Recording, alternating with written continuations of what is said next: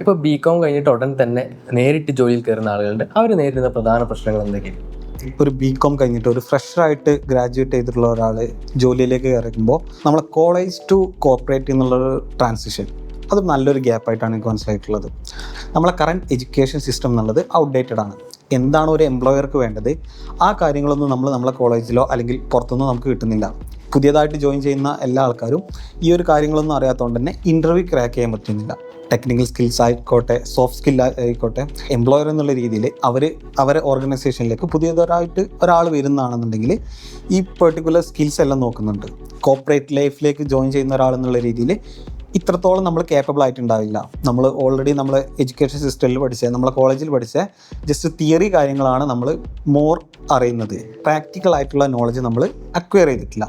So ഒരു എംപ്ലോയറിനെ സംബന്ധിച്ചിടത്തോളം ഇങ്ങനെയുള്ള ഒരാളെ ഒരു അറ്റ്ലീസ്റ്റ് 6 months ട്രെയിൻ ചെയ്തെടുക്കുന്നുണ്ട്.